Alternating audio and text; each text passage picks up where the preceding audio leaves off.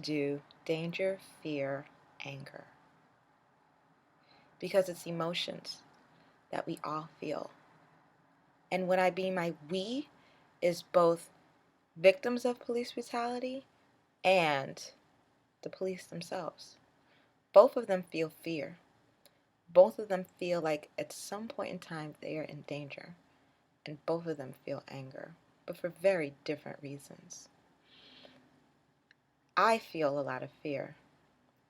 I'm 32 years old and I love children. I absolutely love them. They are just so beautiful and magical. I love children, but I'm afraid. I don't think I can have children in this country, in America. That's why I'm doing this project. I remember when Shawn Bell died, when he was murdered, excuse me, and, at that time, there was like 25 people in the streets on 125th Street and Malcolm X Boulevard, just kind of standing there in the middle of the intersection, just standing there. No signs, they weren't yelling. It's almost as if they were like resigned and just was just like, yo, this is just the way America is. And they just kind of, they were like, well, we can't just be silent. So they were there, but they weren't doing or saying anything. They were just standing there.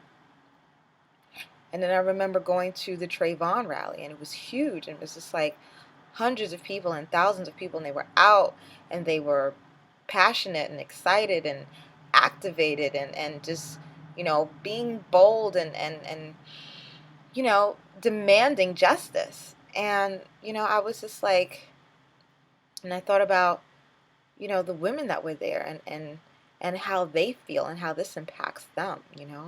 Like the mothers out there, and how they feel every day that their son is walking the streets and might get stopped and frisked or shot to death.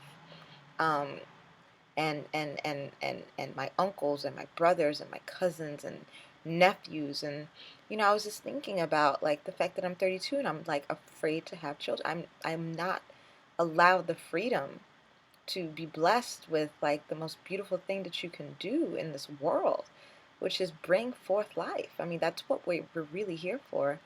And I feel like I can't. I've met Amadou Diallo's mom. I went to this documentary years ago, and it was Amadou Diallo, Timothy Stansbury, Anthony Baez, and one other mother. And, these are all victims in New York City by the NYPD. And I sat there and I watched the video, and they're just trying to, it just depicted them as like still, picking up the pieces of their lives and trying to, still live a quote unquote normal life, knowing every day that there's this huge cavity, this huge chasm, this huge loss, which is one of their children, shot or strangled, Anthony Baez was, to death. And I was just sitting there and I wrote this poem, and I was just started to cry profusely, you know, because it just felt the pain just reverberated within me. And then I thought about how much I love children and how much I would not want that to happen to my child. I wouldn't want to have to deal with those emotions. And I wrote this poem. I clenched my face like a fist, fighting back tears. Yeah, you know. And that's why I have this on, like this is a hoodie, but it's also me being Madonna, the divine mother, because that's what we all are. We're divine mothers, and we're bringing forth life, the beauty of humanity. And I don't want that beauty struck down in vain. We're not living back in 5,000 years ago with blood sacrifices. There's no need for a blood sacrifice. My son should be able to walk the streets at any time of the day or night and be who he wants to be fully and be appreciated and embraced and not spoken down to, not be a victim of lowered expectations or bullet holes to the head. I don't want my son going through that. And I mean, if I had a girl, great. I love children, period, but I really always wanted boys. I remember like when I was a kid and I was the only child and I always wanted a kid and a brother or sister. And I used to make up lies and be like, I used to go to school and be like, oh yeah, I have 8 brothers and sisters, just like 8 is enough, you know. Or I lived just like the Brady Bunch, and my teachers would just shake their head and look at me like this poor child. You know, I was an only child. I just wanted to have I just wanted a brother or sister, you know. And then just when I was just like giving up, my parents told me that they were gonna have a kid, and I was like, wow. And oops. And I knew it was gonna happen. And I was so excited. And my mother was like, "Well, what do you want? You know, what do you prefer, a boy or a girl?" I was 8 years old, and I was like, "I prefer a girl." Oh, oops. I prefer a boy. You know, I was so excited, and I ended up having a brother. You know, and it's just so beautiful. I was so happy, and I didn't know that wishing to have a boy might stress my mother out, or like the racial politics and racial dynamics in America. You know, but I just love boys. You know. And I think about America and how we sit there and we say, we criticize other countries, you know, that they are, you know, attacking and killing their own citizens and let go of their political prisoners. And we're doing the same thing right here in America right now as we speak. It's the killing fields, you know.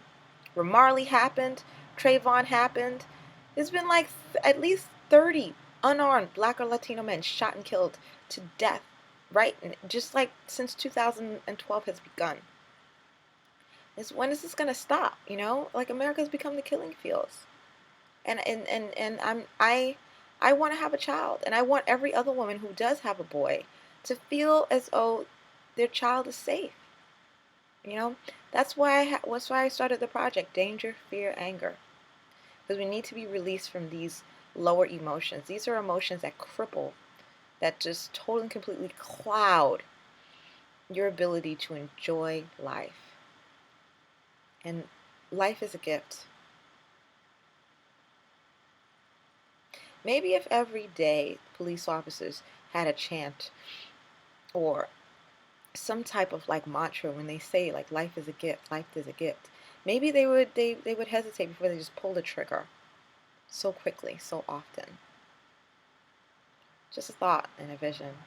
But you know, continue to share your visions and your thoughts here, and hopefully you can come out on Saturday, uh, the 28th of April, to watch the premiere of Danger, Fear, Anger. And if not, please tune into lowlives.net and watch it live streamed at 5